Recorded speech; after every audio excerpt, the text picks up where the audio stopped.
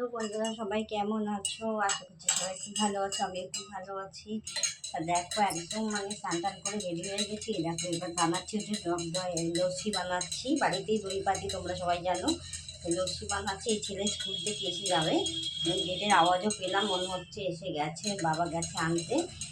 করে তারপরে হচ্ছে আজ বৃহস্পতিবার, আজ পুজো করবো। তা চলো বন্ধুরা, ভিডিওটি পুরো দেখো। চলো, এসে গেছে মা। দেখো স্কুল থেকে এসে গেছে, এসে এখন প্রচুর গরম লেগেছে। দেখো ঘোল ঘোল ঘোল খেতে এত ভালোবাসে। দেখো কেমন হয়েছে ঘোলটা, কেমন লাগছে খেতে? ভালো হয়েছে। কেমন ঘোল খেতে তোমার কেমন লাগে? কেমন তোমার প্রিয় জিনিস? তা দইটা কার জন্য পাতা হয় বাড়িতে? তোমার জন্য। স্কুলে পড়াশোনা কেমন হলো বলো? ভালো হয়েছে পড়াশোনা? আচ্ছা,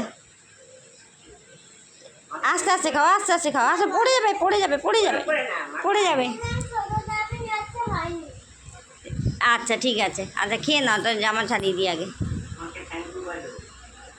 এই দেখো বন্ধুরা, ছেলের খাওয়া দাওয়া গেছে, স্নান টান করিয়ে দিয়ে পুজোর জায়গায় চলে এসেছি। মা দেখো এখানে ঠাকুরের জায়গাটা পরিষ্কার করে খবরের কাগজ আবার পেতে দিয়েছে, ভীষণ নোংরা হয়ে যায়। দেখো ঠাকুরের কাপড় টাপড় যেগুলো ছিল এগুলোকে ধুয়ে কেটে নিয়ে এসেছি। ঠাকুরের বাসনপত্র বৃহস্পতিবার সব মাঝামাঝি করে নিয়ে আসলাম। এসে এবারে পুজোর দিকে রেডি হয়ে গেছি। মা ফুল টুল সব কিছু বেঁচে রেখে দিয়েছিল, কারণ এই সময়টা হয় ছেলে এসে গেলে তো একদম লাফালাফি ঝাপাঝাপি শুরু করে দেয়।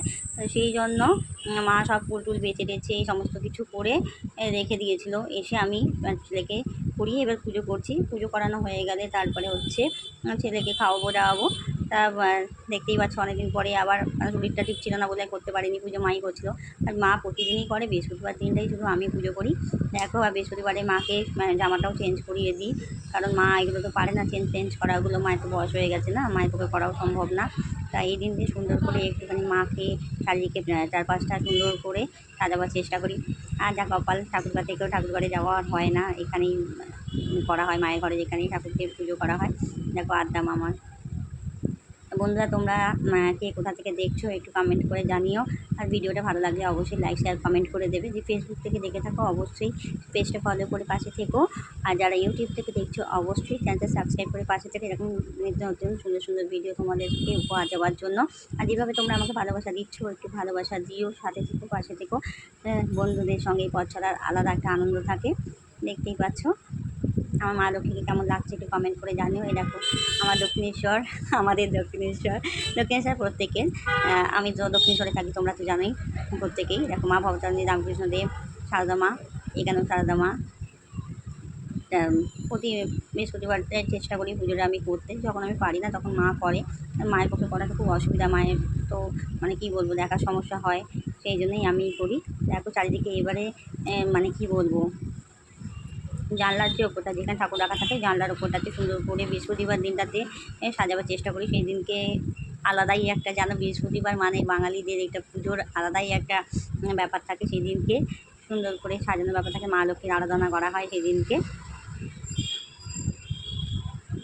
সেই জন্য প্রত্যেকটা মা ওই সাইডে ফুলটা, মা ওইদিকে ফুলটা মা সাজিয়ে দিয়ে গেছিলো, আর আমি এদিকটাই করে গেছিলাম। কারণ মা হচ্ছে প্রতিদিনই সে আমি পুজো করি, আর মাই বলুক যেই করুক না কেন ও কিন্তু ফুল মা দিয়ে একবার পুজো করবেই, মা ঠাকুরের চরণে ফুল দেবেই।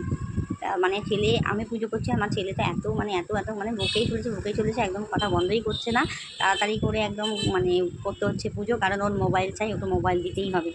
সেই জন্য দেখো তাড়াহুড়ো করে পুজোটা সেরে নিলাম। শান্তি মনে পুজো না করলে হয় না, তাই না বলো?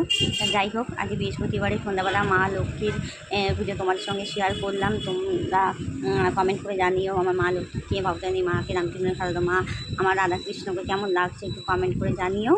ঠিক আছে, ভালো লাগলে এরকম সুন্দর সুন্দর চলো বন্ধুরা, ভিডিওটা আমার এখানেই শেষ করছি। তা কেমন লাগলো আজকে বৃহস্পতিবারে আমার পুজোর ভিডিও একটুখানি কমেন্ট করে তোমরা জানিও। আর চলো দেখা হচ্ছে আবার নতুন ব্লগ নিয়ে, নতুন ভিডিও নিয়ে তোমাদের সঙ্গে। ততক্ষণের জন্য সবাই ভালো থেকে সুস্থ থেকে, টাটা বাই বাই।